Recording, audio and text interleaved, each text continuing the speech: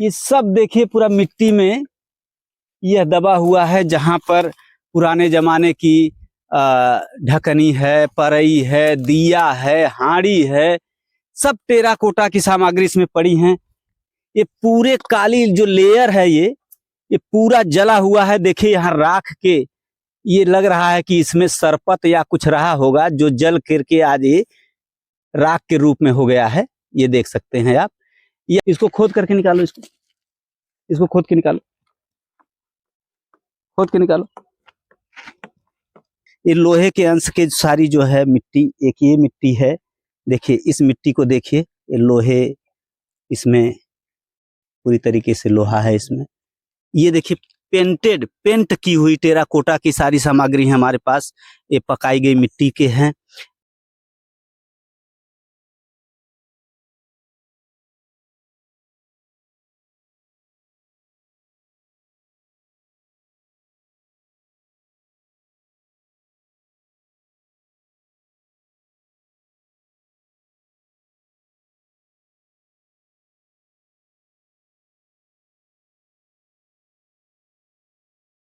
प्रिय साथियों, नमो बुद्धा, जय भीम। मैं हूं ज्ञान रत्न दिवाकर बौद्ध और आप देख रहे हैं धम्म ज्ञान 24।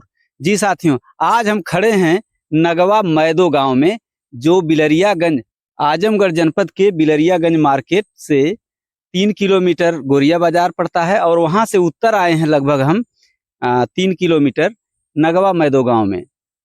यहाँ एक बहुत बड़ा जो है कोट कही जाती है, जिसको हम जो है कवरेज करने के लिए आए हैं। आपको दिखाना चाहेंगे, जैसा कि गांव का नाम है नगवा मैदो, नगवा बेनी, तो नगवा मैदो का मतलब नाग से संबंधित यह गांव है। नाग वह मानव जातियां रही हैं जो भगवान बुद्ध के विचारधारा को मानती और जानती रही हैं, और जनहित में काफी प्रचारित प्रसारित की हैं। मैं वहां पर खड़ा हूं, और जिसके नाम पर यह नगवा गांव बसा हुआ है, जो भगवान बुद्ध से रिलेटेड वंश रहा है नागों का, मैं वहां खड़ा हूं। आप देख सकते हैं कि यहाँ इतनी ऊंची दीवारें हैं, जैसे कि लोगों के नाम से भी जमीनें हैं, और लोगों ने क्या किया इसको कि अपने अपने खेत बनाने के लिए इन्होंने ढेर मिट्टियां निकलवा के फेंक दी। आइए मैं आपको दिखाता हूं। यहाँ पहली बात तो एक सबसे बड़ी बात है, यहाँ जो ईंटों की जो साइज है, आप ये देख सकते हैं, इतनी बड़ी साइज में ईंटें हमें कई मिले हैं। मैं उन ईंटों को भी दिखाऊंगा। और आइए, एक सबसे अति महत्वपूर्ण बात है कि यहाँ पर कोई प्राचीन सभ्यता रही है, और इस सभ्यता पर कभी लड़ाइयाँ हुई हैं, और पूरा लड़ाइयों के दौरान ही इस पूरे एरिया को आग के हवाले कर दिया गया है, जिससे सारी यहाँ की जो धन संपदा, जो कुछ भी रहा होगा, वो जल गया है। और यह इस मिट्टी के अंदर देखने को मिल रहा है। ये आप देख सकते हैं, ये राख की पहचान है, जली हुई मिट्टी की पहचान है। इधर आ जाइए आप, हमारे बलवंत मौर्य जी हैं।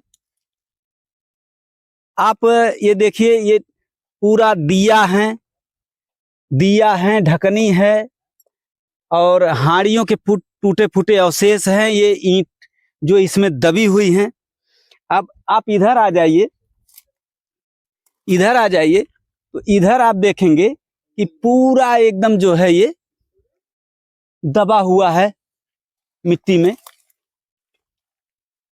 थोड़ा और आइए आगे, ये सब देखिए पूरा मिट्टी में यह दबा हुआ है, जहां पर पुराने जमाने की ढकनी है, परई है, दिया है, हांडी है, सब टेराकोटा की सामग्री इसमें पड़ी हैं।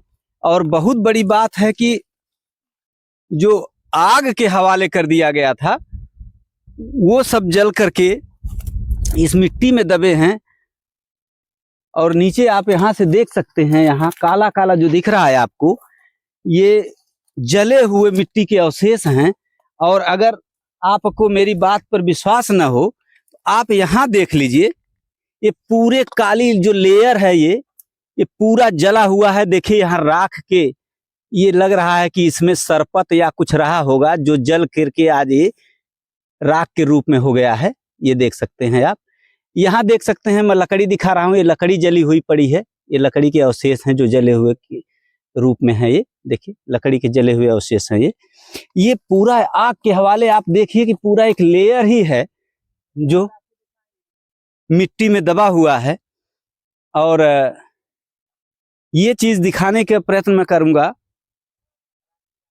ये जली हुई लकड़ी के अवशेष जो आप देख रहे हैं आज भी मिट्टी में दबे हुए हैं। ये देखिए, ये मैं दिखा रहा हूं आपको, यहाँ भी दिखाया मैंने, उधर भी दिखाया मैंने। और सबसे बड़ी बात है कि जब यहाँ खुदाई होती है तो ईंटें की दीवारें मिलती हैं। इस कोट को लोग राजभरी कोट के नाम से कहते हैं। और इस राजभरी कोट को जो है कि अपना बताते हुए इस पर एक बार जो है लोग आए थे। और मुझे लग रहा है कि 2012 हो रहा है या 10 की बात है। लेकिन पुलिस प्रशासन इतना मुस्तैद था कि वो उनको कुछ होने नहीं दिया। साथियों, जो है मैं आपको जो दिखाना चाह रहा हूँ, बड़ा मेहनत से मैंने और हमारे जो बच्चे हैं और हमारे बलवंत मौर्य जी हैं, तमाम लोग हम लोग जो चल के आए हैं। ये देखिए आपके सामने हम निकाल रहे हैं इसको।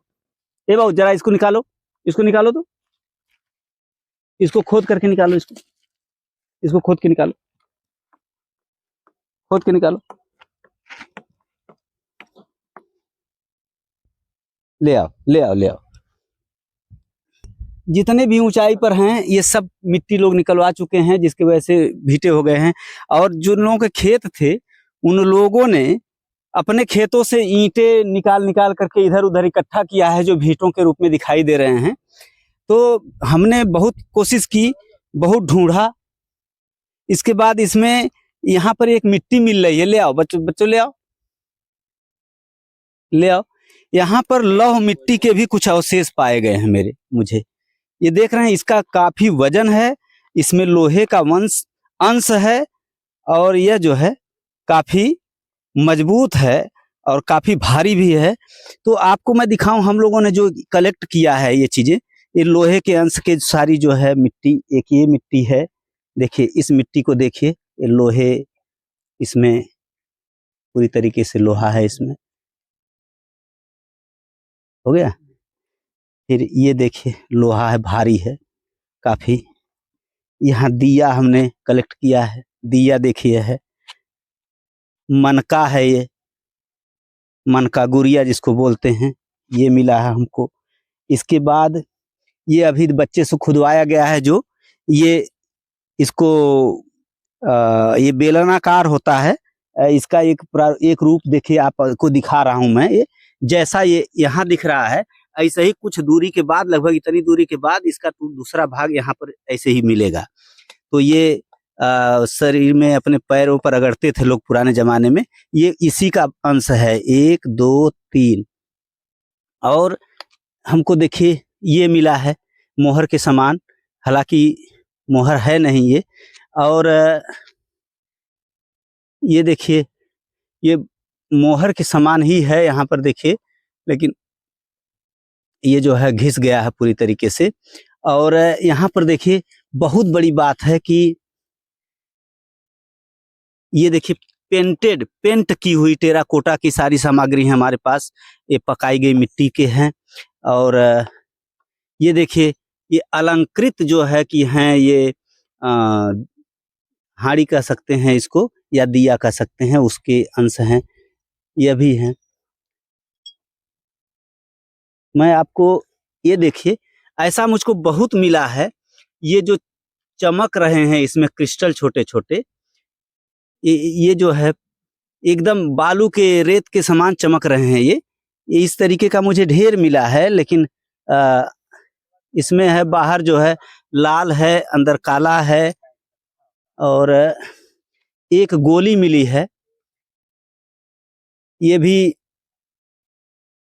गोली है। मुझे लग रहा है कि इसमें भी होल है, क्या स्पष्ट नहीं हो पा रहा है। ऐसा बहुत मिलता है यहाँ पर।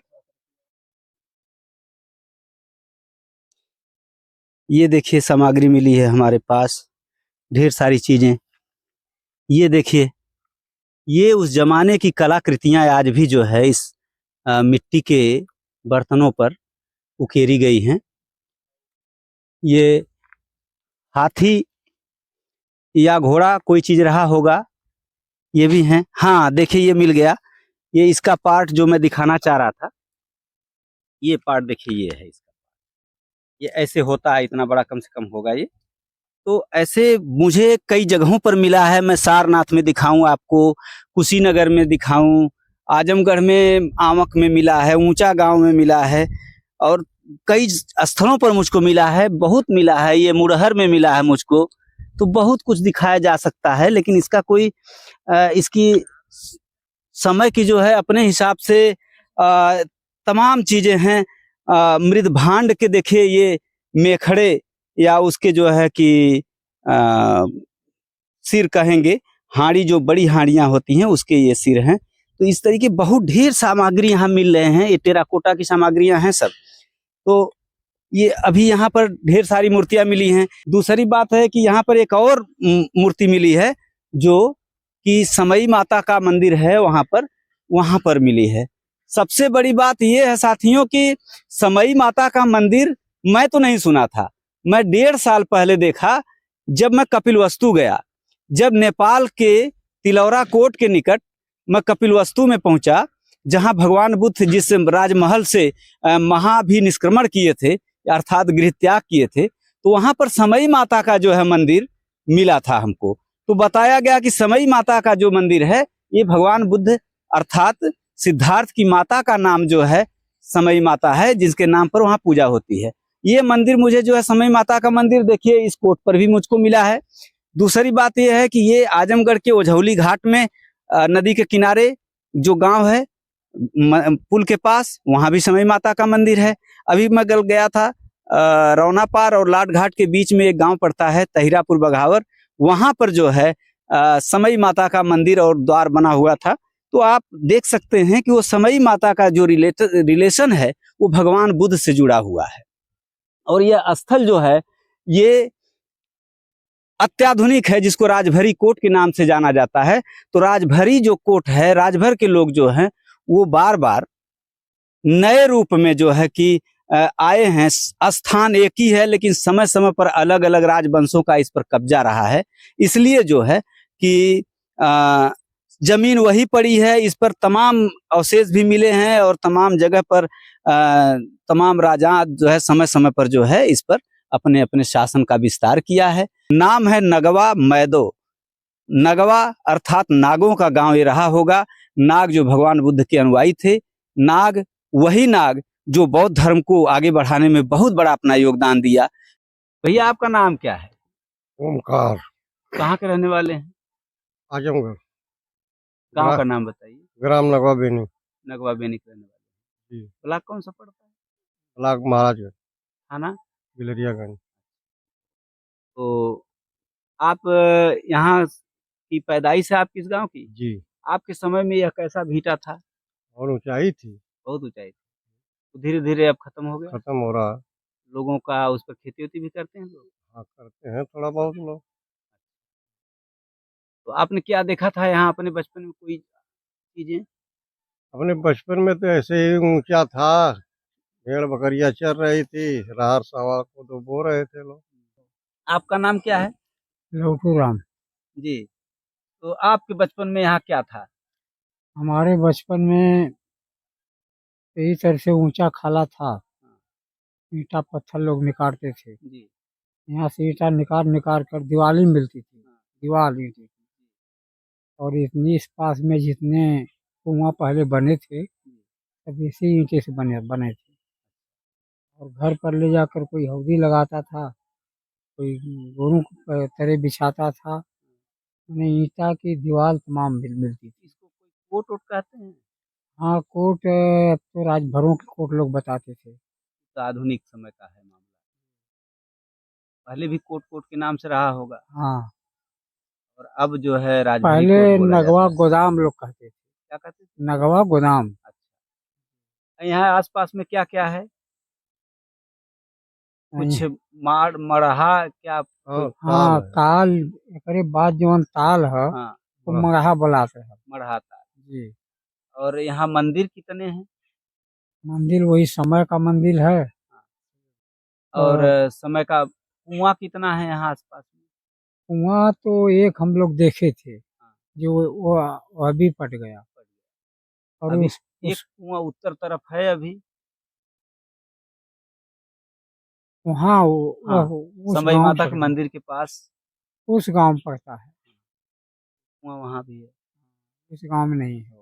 और पानी का यहाँ क्या कहीं पर इधर मतलब ताल था वही पानी। ताल वहू पार ताल गल, एहू पार ताल गल, नहर तो दूरी पड़ेगी। तो आप लोगों को यहाँ पर खुदाई में कभी क्या क्या मिला कुछ? खुदाई करने पर ये ईंटा पत्थर मिले, इस ये तरीके से समई वहाँ पड़े। माता का भी मंदिर, वो भी मूर्ति शायद यहीं से निकली है। हाँ, वो भी मूर्ति यही से निकली है।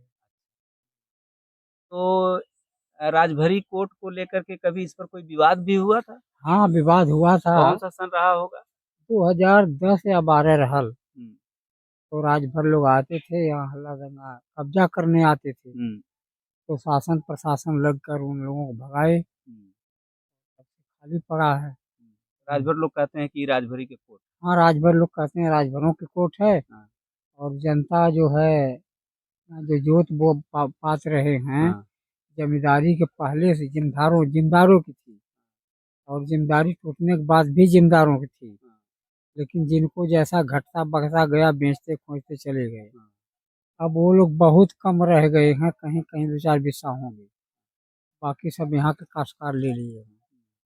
उस पर बहुत लोगों ने जैसे मिट्टी निकलवा दिया है, तो उनके नाम का रहा होगा तभी तो निकलवा रहे हाँ, हैं। अपने मूर्तियां अपने नंबर से। आज भी अगर घूमा जाए या खुदाई कराई जाए तो ढेर मूर्तियां मिलती हैं। हाँ, बहुत मूर्तियाँ मिलती आपके यहाँ हमेशा मूर्ति उर्ति बच्चे पाए हैं, बहुत लेकर रखे हैं घर पर, ऐसा है क्या? हाँ, तब जाना भैंस चराओ, तब लड़का पावन तब लेके आम। एक आठ मूर्तियां दिखाइए आप। हाँ,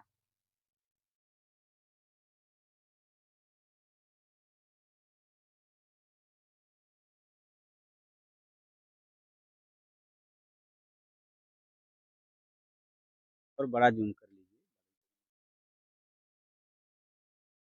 बड़ा करिए, हाँ, और बड़ा करिए पूरा स्क्रीन में।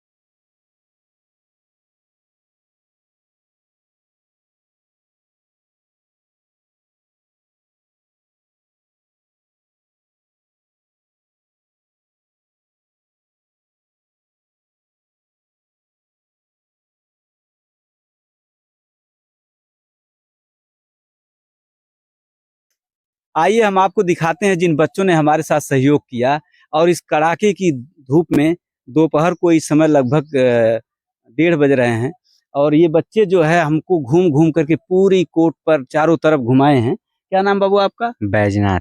आपका नाम क्या है? दीनानाथ। आपका नाम बेटा? रीमा, आपका नाम? अनुराग, आपका नाम? अभिनंदन, आपका? आकाश। आपका? प्रिंस। आप लोग जो है ये बच्चे, कुछ बच्चे चले भी गए यहाँ से, उनकी माता जो है डंडा लेकर आई हैं कि कहाँ घूम रहे हैं बच्चे, तो वो बच्चे डर के मारे भाग गए। लेकिन ये सब बच्चे हमारे साथ धूप में, कड़ाके की धूप में, न इनके पास गमछा न कुछ, सर पे हम भी कुछ नहीं लिए हैं, फिर भी घूमते रहे हम लोग, और ये तमाम चीजें हम खोज के ले आए हैं जो आपको दिखाना चाह रहे हैं और दिखा रहे हैं अपने चैनल के माध्यम से। साथियों, आज हम अभी नगवा मैदो के गांव में ही हैं, और हमारे साथ डॉक्टर प्रमोद कुमार गौतम जी हैं। आप डॉक्टरेट हैं। दूसरी बात यह है कि ये अपने गांव की सभ्यता और इतिहास के बारे में इनको अच्छा अनुभव है, तो मैं चाहूँगा कि आप जो है अपने गांव की सभ्यता और इतिहास के बारे में हमारे चैनल धम्म ज्ञान 24 को कुछ बताएं। सबसे पहले आप सबका स्वागत है नगवा मैदो गांव में। मैं डॉक्टर प्रमोद कुमार गौतम पेशे से शिक्षक हूं और इसी गांव का निवासी हूं। और धम्म ज्ञान जो आपका चैनल है, आप सब लोग आए मेरे गांव में, आपका स्वागत है। अब मैं, जैसा कि कहीं से आप लोग सुने ही होंगे इस गांव के बारे में, इस गांव के इतिहास के बारे में, तो मैं संक्षेप में आप सब लोगों को बताऊं कि हमारे गांव का नाम नगवा मैदो है, और गांव जहां बसा हुआ है उसके उत्तर तरफ एक पुरानी सभ्यता है जिसके अवशेष आज भी उपस्थित हैं जो है। और उस सभ्यता के 3 तरफ गांव हैं और तीनों तरफ अलग अलग राजस्व गांव हैं और तीनों गांव का नाम नगवा से है। उत्तर तरफ जो गांव है उस गांव का नाम नगवा बहाउद्दीनपुर है और जो उससे सटा हुआ पश्चिम तरफ गांव है उस गांव का नाम नगवा बेनी है और जो दक्षिण तरफ गांव है वो नगवा मैदो है और वो सभ्यता नगवा मैदो राजस्व गांव के अंतर्गत आती है।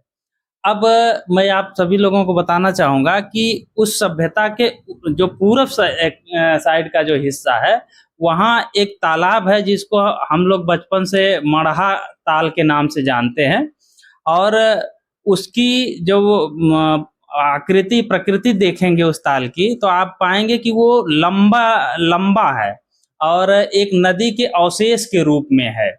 तो वो सभ्यता जो है कभी वहां से एक नदी गुजरती थी जिसको देव नदी कहते थे। आज भी देवनई ताल के नाम से गांव के दक्षिण तरफ एक बड़ा सा ताल है वो ही यहाँ से गुजरता था। तो उस ताल का अवशेष मड़हा के नाम से उस सभ्यता के बगल में आज भी है और इसका मतलब यह है कि उस नदी के किनारे ये सभ्यता बसी थी। और इस सभ्यता के बारे में जब आप ढंग से वहाँ के जो अवशेष मिलते हैं, जो मृदभांड मिले हैं, जो तमाम छोटे छोटे जो है पत्थर के और मृदभांड टाइप जो तमाम सारी चीजें मिलेंगे, हांडी है, दिए हैं, बहुत सारी चीजें आप वहां देखने को मिलेगा। तो उनका अध्ययन करने से ये पता चलता है कि ये बहुत पुराना है। बहुत पुराना का मतलब मान के चलिए कि कम से कम ये कनिष्क के शासन से पहले का है। सम्राट अशोक के शासनकाल का कुछ उस तरीके का अवशेष तो नहीं मिला है, लेकिन हमें लगता है कि ये सम्राट अशोक के शासनकाल से भी पहले का। अब मैं नाम से आप उस सभ्यता को जोड़ना चाहूंगा। आप जानते हैं कि सम्राट अशोक मौर्य वंश के बुद्धिस्ट शासक थे, यानी मौर्य वंश के लोग बौद्ध धर्म को मानने वाले थे। और सम्राट अशोक से पहले के शासन में जब जाएंगे, इतिहास में जाएंगे, तो आप पाएंगे कि इस देश में नाग वंश के लोग थे और नाग वंश के ही लोग जो है आगे चल कर के शाक्य कुल में शाक्य कुल से जाने गए जो तथागत बुद्ध के पूर्वज थे और उसके बाद मौर्य वंश के रूप में वो सभी लोग जाने गए, पूरे भारत में फैले हुए हैं। मीन्स नाग वंश यहाँ के मूल निवासियों का, यहाँ के बहुजन जो लोग हैं उनका मूलतः वंश नाग वंश है और नाग वंश से ही ये रिलेटेड सभ्यता है। मैं ये कहने के इतनी बात कहने का पीछे मेन बात ये थी कि नाग वंश से संबंधित ये सभ्यता है, इसीलिए नाग नाम का ही अपभ्रंश नगवा है। तो ये सभ्यता बहुत पुरानी है, इस पर जो है न शासन प्रशासन का कभी ध्यान गया है न किसी का गया है। मैं व्यक्तिगत रूप से प्रयास किया था पहले कि इस सभ्यता को लोग जाने, अगर इसकी खुदाई हो या और इसके बारे में और अन्वेषण हो तो भारत को एक गौरवशाली इतिहास का एक साक्ष्य मिल सकता है जो है, लेकिन इस पर कभी किसी का ध्यान नहीं गया। मैंने व्यक्तिगत रूप से प्रयास किया था लेकिन उसका बहुत रिजल्ट नहीं निकल पाया। बीएचयू में एक प्रोफेसर हैं डॉक्टर राहुल राज जी, मैंने उनसे भी बात किया था व्यक्तिगत रूप से। वो पुरातत्व और इतिहास के प्रोफेसर हैं। उन्होंने मुझसे वादा किया था कि मैं आपके यहाँ आऊँगा और उसको देखूंगा, लेकिन अभी वो समय नहीं निकाल पाए हैं क्योंकि वो उस क्षेत्र के विशेषज्ञ हैं, तो बेहतर वही बता पाएंगे जो है। दूसरी चीज कि 2009-10 में जो है हमारे जनपद में एक आईजी हुआ करते थे आदरणीय विजय कुमार सर, वो इस समय जो है रिटायर हो चुके हैं डीजीपी उत्तर प्रदेश के पद से। वो एक बार वो इतिहास के शोधार्थी थे, तो एज ए शोधार्थी वो हमारे गांव में इसी उद्देश्य से आए थे। तो उनसे भी हमारा डिस्कस हुआ था, तो उन्होंने कहा था कि ये सभ्यता कुषाण काल से पहले की है। हालांकि एग्जैक्टली उन्होंने ये बात नहीं बताया कि कब की है, लेकिन उन्होंने कहा कि ये बहुत पुरानी है, इस पर जो है रिसर्च करने की जरूरत है। तो आप लोगों के, आपके चैनल के माध्यम से भी मैं ये कहना चाहूँगा, आपको साधुवाद भी देना चाहूँगा कि अगर इस तरीके की कोई चीज़ हो सके, भविष्य में अन्वेषण हो सके, खुदाई हो सके, लोग जान सके हमारे गांव के इतिहास के बारे में, तो ये मेरे लिए भी गौरव की बात होगी और मेरे गांव के लिए भी गौरव की बात होगी। हालांकि गौरव तो है ही, पूरा समाज जानता है, पूरा जिला जानता है कि नगवा किला बहुत पुराना है एक इंसिडेंट और मैं आप सबको बताऊं कि 2009 या 10 में राजभर भाई लोग जो है उस पर कब्जे की बात कर रहे थे। किसी ने उन लोगों से बता दिया था कि ये राजभरों का किला है जो है, इसलिए उस पर उन लोगों ने आंदोलन किया था उस पर कब्जा करने के लिए। लेकिन उनके पास कोई इस तरीके के एविडेंस नहीं है जिससे वो बता सकें कि हाँ ये वास्तव में राजभरों का किला है। और अगर होगा भी तो राजभर लोग भी तो नागवंश की ही एक शाखा के शासक रहे हैं, तो वो भी तो कहा ही जा सकता है कि वो भी बुद्धिस्ट रहे हो। तो कुल मिला जुला करके मैं आपको बताऊं आपके चैनल के माध्यम से कि वो पूर्व में जो बौद्ध थे उनका एक सभ्यता है। श्री राम राजभर नाम के एक व्यक्ति हैं आजमगढ़ में जो इस विषय पर भी काम करते हैं। हाँ। तो उन्होंने कहा कि जहां जहां राजभर लोग मिलते हैं, राजभर की सभ्यता मिलती है राजभरों की, वहां बुद्ध के भी अवशेष पाए जाते हैं। तो इस पर आप क्या कहेंगे? नहीं, मैं तो स्पष्ट कह रहा हूं कि इस देश में जो भी बहुजन शासक रहे हैं, चाहे मौर्य वंश हो, चाहे राजभर के वंश हो, चाहे पासी समाज के वंश हो, ये जितने भी राजा रहे हैं पूर्व में सभी लोग जो है बुद्धिस्ट रहे हैं। और बुद्धिस्ट में भी जब और पीछे जाएंगे, मौर्य वंश को देख लीजिए, मौर्य वंश तक का इतिहास तो स्पष्ट रूप से पूरी दुनिया जानती है। और मौर्य वंश के पीछे जाएंगे तो शाक्य वंश आता है जिससे तथागत बुद्ध ताल्लुक रखते हैं। शाक्य वंश की ही एक शाखा मौर्य वंश है। और शाक्यों से पहले आप जाएंगे तो नागवंश आता है, तो नागवंश की ही शाखा शाक्य वंश है, शाक्य वंश की ही शाखा मौर्य वंश है, मौर्य वंश की तमाम शाखाएं विभिन्न नामों से हैं। और राजभर वंश भी कहीं न कहीं जो है इसी नागवंश से रिलेटेड है। और मैं आपको बताऊं कि जिसको हम कहते हैं बहुजन शासक या फिर ये कहते हैं कि यहाँ के मूल निवासी शासक, सभी मूल निवासी शासक जो है नागवंशीय हैं। विभिन्न वंशों में आगे चल कर विभिन्न जातियों में बटे हुए हैं, लेकिन इनका उद्भव नागवंश से है। इसलिए अगर वो कह रहे हैं तो बहुत गलत नहीं कह रहे हैं, लेकिन अब उसको इतने बड़े टर्म को, इतने बड़े आइडियोलॉजी को अगर किसी एक जाति के खाने में, उसके ढांचे में केवल रख दिया जाएगा तो ये बहुत बड़ी इतिहास के साथ नाइंसाफी होगी। आजमगढ़ में कई ऐसे स्थल हैं जैसे आमक है और आपका मुंडहर है जिसको मुंडका बिहार भी कहते हैं, लालगंज और देवगांव के बीच में है।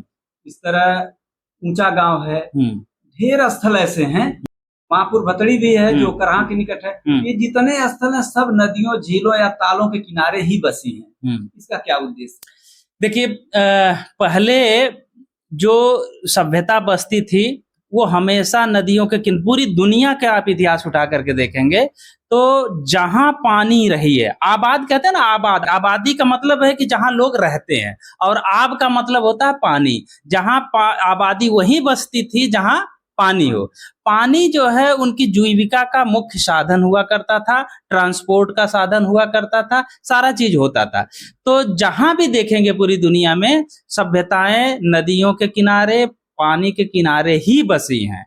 तो ये जो सभ्यताओं का नाम आप ले रहे हैं, ये इसका मेन रीजन यही है। और जिन गांवों का आपने नाम लिया जहां बुद्धिस्ट कल्चर की निशानी मिलती है, वो सब के सब जो है एक अच्छे इतिहास हैं। और आजमगढ़ की जहां तक बात कर रहे हैं, आजमगढ़ तो एकदम समृद्ध रहा है, क्योंकि आप देखेंगे तो तथागत बुद्ध के जो चिन्ह हैं, वो चिन्ह का पूरा इतिहास ही, तथागत बुद्ध का जन्म लुम्बिनी में होता है, उनका घर कपिल वस्तु में है, उनको ज्ञान बोधगया में मिलता है, धम्मचक्र प्रवर्तन उन्होंने सारनाथ में किया, और सबसे ज्यादा समय श्रावस्ती और साकेत में उन्होंने बिताया, और उनके महापरिनिर्वाण होता है कुशीनगर। और इन सारे जगह का मैं भौगोलिक जब वो देखेंगे आप, मैंने जिन जगह का नाम लिया, तो उसके सेंटर में आजमगढ़ पड़ता है। इसका मतलब यह है कि तथागत बुद्ध अगर कपिल वस्तु से कभी सारनाथ गए हों या बोधगया से कभी श्रावस्ती गए हों, तो आजमगढ़ से ही होके गए होंगे। तो अगर ऐसा है तो बुद्धिस्ट जो कल्चर है उसके सेंटर में आजमगढ़ है, ये बात अलग है कि कोई बड़ा शहर नहीं है, लेकिन मैं अपने गांव के बारे में बता रहा हूं। अगर इस पर अन्वेषण किया जाए तो हो सकता है कि सारनाथ या और अन्य जगहों से बड़ी चीज यहाँ मिल जाए। और ये भी मैं बता दूं कि तथागत बुद्ध तो शाक्य वंशी थे ना, उनसे पहले नागवंश है, उनके पहले नागवंश है। जिन तथागत बुद्ध को पूरी दुनिया जानती है वो तो 28वें बुद्ध हैं, वो तो सिद्धार्थ गौतम है। लेकिन सिद्धार्थ गौतम से पहले 27 बुद्ध हो चुके हैं, और नागवंशी उन्हीं 27 बुद्धों की परंपरा में आते हैं। तो नागवंश तो उससे पहले, यानी ये जो जगह जिसका भ्रमण करने आप लोग आए हैं, ये तो और भी पुरानी चीजें हैं। तो विजय कुमार जी आजमगढ़ में कई स्थलों का भ्रमण किए हैं, जैसे मुंडका बिहार जो मुढ़र है, जी जी वहां भी गए थे।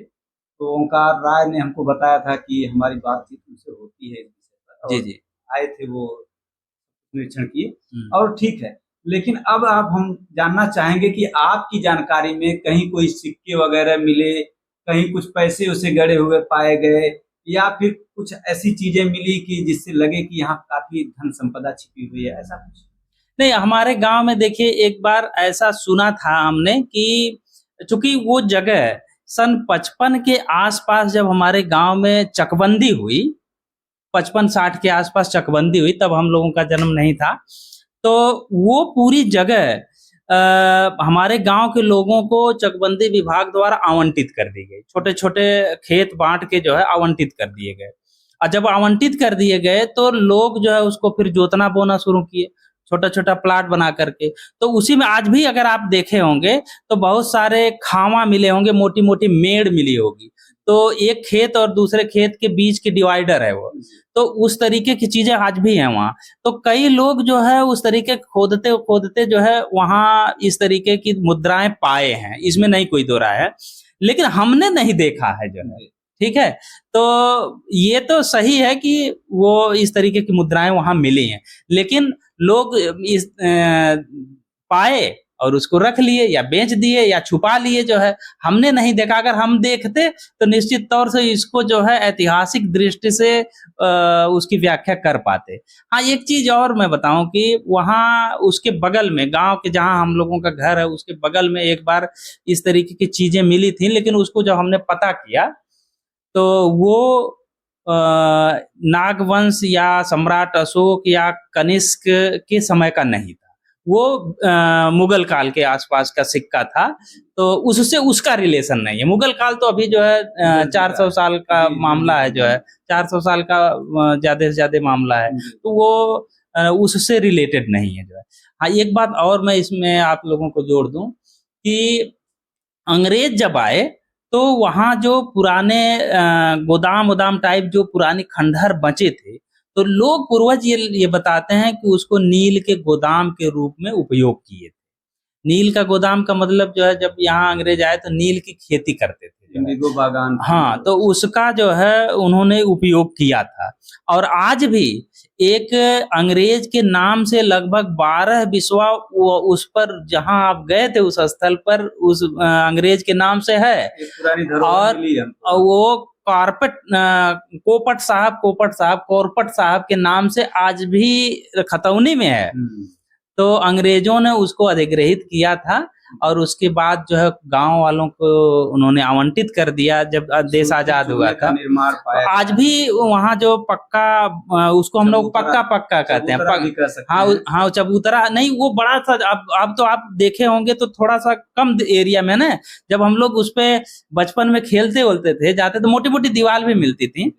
तो वहां पे पक्का, उसको पक्का हम लोग कहते, पकवा ऐसा कहा जाता था, और बहुत एरिया में था। अब लोग तोड़ दिए, उस पर ट्रैक्टर चला गया। आप देखे होंगे जब पूरब साइड गए होंगे तो बड़ा सा एक ऐसे उभार टाइप रहा होगा।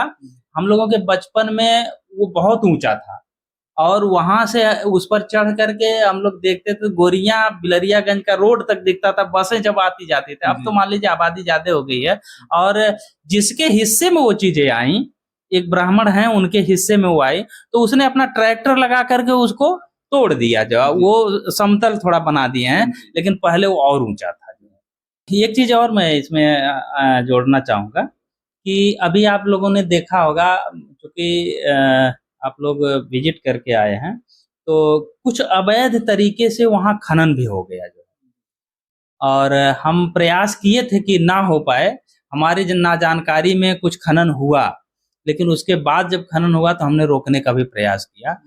अब वो खनन जहाँ हुआ है, अगर उसको आप देखेंगे तो उसमें बहुत सारे पुराने ईंट, ठीक वैसे ही ईंट, मतलब उसी डिजाइन के ईंट मिलेंगी जैसा आप सारनाथ में देखेंगे, जैसा आप अन्य जगह देखेंगे। बहुत सारी छोटी छोटी मूर्तियां मिली हैं, मनके मिले हैं छोटे छोटे, उसको हम लोग उसमें लकड़ी लगा के नचाते थे बचपन में जो है। तो वो सारी चीजें मिली हैं जो अन्य जगह आप देखेंगे। सारनाथ के म्यूजियम में भी उस तरीके की चीजें रखी हैं और कुशीनगर के म्यूजियम में भी रखे, कई जगह आप देखे होंगे जो है। और इसका मतलब सीधा सीधा है कि वहां से उसका रिलेशन है। मैं कहना ये चाह रहा था कि जहाँ खुदाई हुई है वहां कार्बन, मतलब राख भी मिली, राख मिली। और उस राख की अगर कार्बन डेटा प्रणाली से पता लगाया जाए, राख एकदम स्पष्ट दिखे कि राख है, लकड़ी जली हुई तो लकड़ी का जला हुआ प्रमाण है। तो वो उसका अगर हम एनालिसिस करेंगे तो हम निश्चित तौर से उस सभ्यता के इतिहास के बारे में जान पाएंगे जो है। लेकिन अभी दुर्भाग्य है कि उस तरफ किसी की नजर नहीं जा रही है। ये थोड़ा सा अटपटा सा लगता है। इन्हीं सब बातों के साथ आप सभी को सादर नमो बुद्धाय। बहुत बहुत साधुवाद आप और आप भी धन्यवाद के पात्र। नमो बुद्धाय जय। ठीक।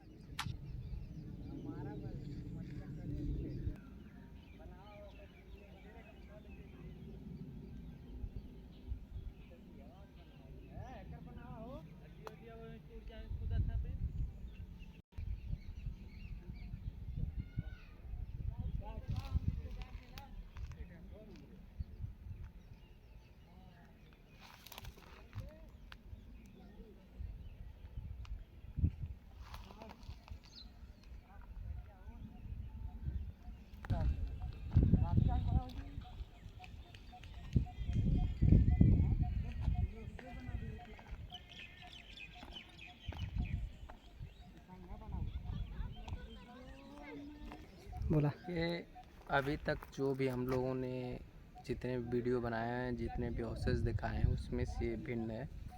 इसकी चमक आप देखिए, प्रकाश के हिसाब से जैसे प्रकाश पड़ रहा है वैसे वैसे अलग अलग चमक रहा है। इसकी बहुसंख्यक रूप में ये मिल रहा है। जितने भी आपको दिखाएं ये देखिए, ये विशेष है यहाँ की। ये ईंट आप देख रहे हैं, ये ईंट, ये गुप्त काल की ईंटें हैं, गुप्ता पीरियड की। यानी आज से लगभग 2400 वर्ष, लगभग 2400 वर्ष पुरानी ईंटें हैं ये। पलट के दिखा दीजिए। और ये इधर भी देख लीजिए, इधर भी देख लीजिए। कम से कम 2.5 इंच इसकी मोटाई है और 13 इंच कम से कम इसकी लंबाई है और 6 इंच इसकी चौड़ाई है। अब इस तरीके की बहुत ढेर सारी ईंटें यहाँ मिली हैं जो उठा उठा के लोग अपने अपने घरों में लगाए हुए हैं। जैसे एक ईंटा आप यहाँ भी देख सकते हैं। और दूसरी बात यह है, इसमें देखिए लोग आग जलाते थे। ये यहाँ पर बच्चों द्वारा उपलब्ध कराया गया है बाबू दीनानाथ के द्वारा। और ये बहुत बड़ी बात है कि ये और भी बड़ा रहा होगा, हाँ, लेकिन अब ये खंडित हो गया है। तो इस तरह ढेर सामग्री यहाँ पर पाई गई हैं। और ये ईंटा जो है आज से 2400 साल पुराना ईंटा है। एक ईंटा ये है, एक इसकी ईंट नीचे ईंट है, दूसरा इसका दूसरा पार्ट देखिए कि दूसरा ईंटा यहाँ भी है, ये भी है, और इधर साइड में भी ईंटें हैं। ये ईंटें तमाम गांव के लोग ले गए और अपने अपने घरों में ले जा कर के लगाया इन लोगों ने। तो यहाँ बेकार पड़े हैं, इसलिए हम लोगों ने उपयोग किया। लेकिन ये जो है बहुत मायने की चीज़ें हैं और इसको गांव के लोग नहीं समझ सकते। इसको वो लोग समझेंगे जो पूरा तत्व और आर्कियोलॉजी से जुड़े हुए हैं। इसलिए मैं इस चीज़ को संरक्षित रख रहा हूँ कि ताकि आने वाले समय में कोई भी मेरे अलावा देखने आए इस चीज़ को ज़रूर देखे। तो ये सुरक्षित यहाँ पर रख दिया गया है।